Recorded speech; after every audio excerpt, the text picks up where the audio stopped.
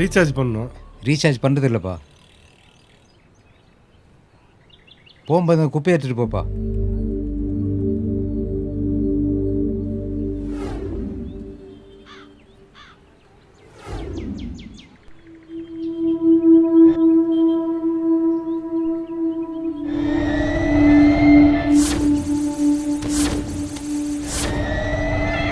ஏமா எத்தனை முறை சொல்கிறோம் மக்கிற குப்பை மக்காத குப்பைன்னு பிரித்து கொடுங்கன்னு.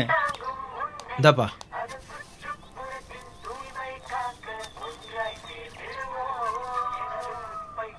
என்ன சார், இது வரைக்கும் கரெக்டாக நீங்கள் தான் குப்பையை பிரித்து கொடுத்துட்டு இருந்தீங்க. நீங்கள் பிரித்து தரலண்ணா நாங்கள் தான் சார் கை வச்சு பிரிக்கணும் எல்லாத்தையும். நாளை இருந்து பிரித்து கொடுங்க சார். நான் ஏன் பிரித்து போடணும்? பிரித்து போடுறதானே உன் வேலை. நீங்கள் மட்டும் இல்லை சார், எல்லாரும் இப்படி தான் குப்பையை பிரித்து கொடுக்க மாட்டேதாங்க.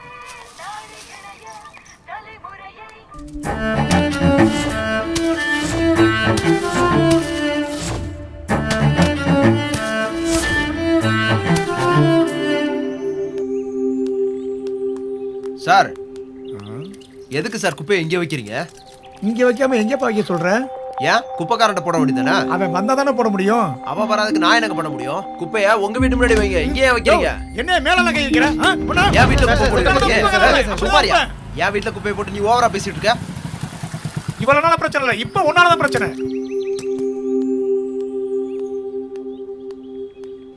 சார், என்ன பிரச்சனைங்க? சார், குப்பைன்றதுக்கு குப்பைக்காரனே வரல சார். ஏன் வரல? இருங்க, நான் ஃபோன் பண்றேன்.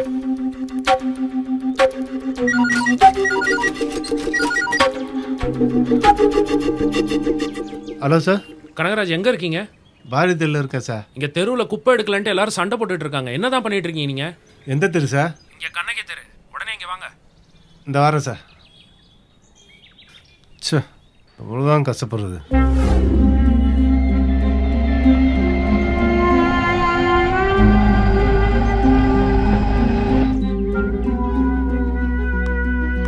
வணக்கம் சார். ஏங்க, குப்பை எடுக்கலன்னு இவ்வளோ பிரச்சனையா இருக்கு, குப்பை எடுக்க மாட்டீங்களா நீங்க? இல்லை சார், குப்பையை பிரித்து கொடுக்க மாட்டேங்க சார், ரொம்ப கஷ்டமாக இருக்குது. ஏன் சார் பிரித்து கொடுக்க மாட்டேங்கிறீங்க? சார், நான் குப்பையை பிரித்து போட்டுக்கிட்டு தான் சார் இருந்தேன். ஏன் குப்பையை பிரித்து போடலன்னா, கொடுங்கையூரில் எனக்கு சொந்தமாக வீடு இருந்தது. அங்கே கொண்டு வந்து கொட்டுற குப்பையினால அந்த பொல்யூஷன் காற்றை சுவாசித்து நிறைய பொதுமக்கள் பாதிக்கப்பட்டாங்க. என்னோட 1 வயசு பொண்ணும் இறந்துட்டா. என் பொண்ணு இறந்ததுலேருந்தே என் மனைவி மனசளவில் ரொம்பவும் பாதிக்கப்பட்டாங்க. என் பொண்ணு ஃபோட்டோவை பார்த்து தினம் தினம் புலம்ப ஆரம்பித்தாங்க. எனக்கு என்ன பண்ணுறதுன்னே தெரியல. அப்போ தான் ஒரு முடிவெடுத்தேன்.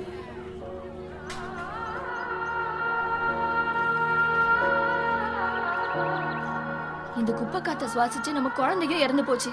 இந்த ஏரியால இருந்து நம்ம எப்பதான் போக போறோம்? நீயும் எப்பதான் வேற வீடு பார்க்க போறேன்னு தெரியல.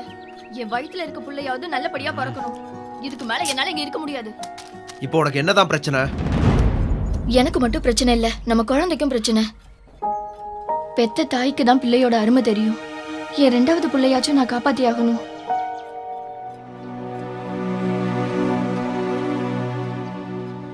இதுக்கு மேலேயும் நான் இங்க இருக்க தயாரா இல்ல.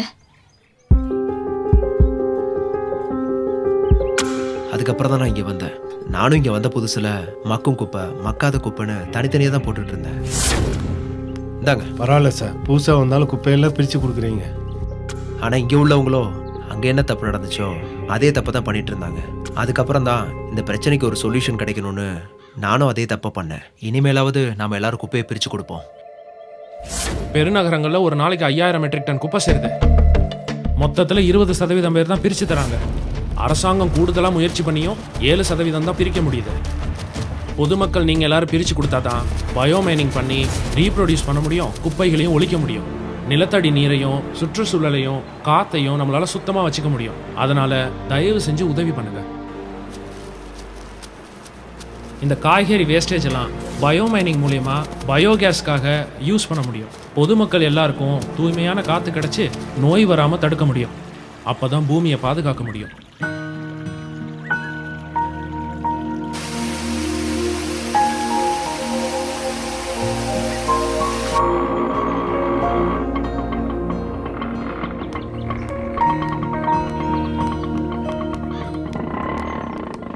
வாங்க சார். என்னங்க தம்பி? இவங்க தான் என்னோட மனைவி. வணக்கம்மா. வணக்கண்ணே. உன்னை பத்தி ஏற்கனவே சொல்லியிருக்காருமா. புது வீடு பார்த்துட்டேன்னு ஃபோன் பண்ணாரு. அதான் சேர்ந்து வாழலான்னு வந்துட்டேனே. சரிம்மா, இனிமே சந்தோஷமா இருங்க. சரிங்கண்ணே.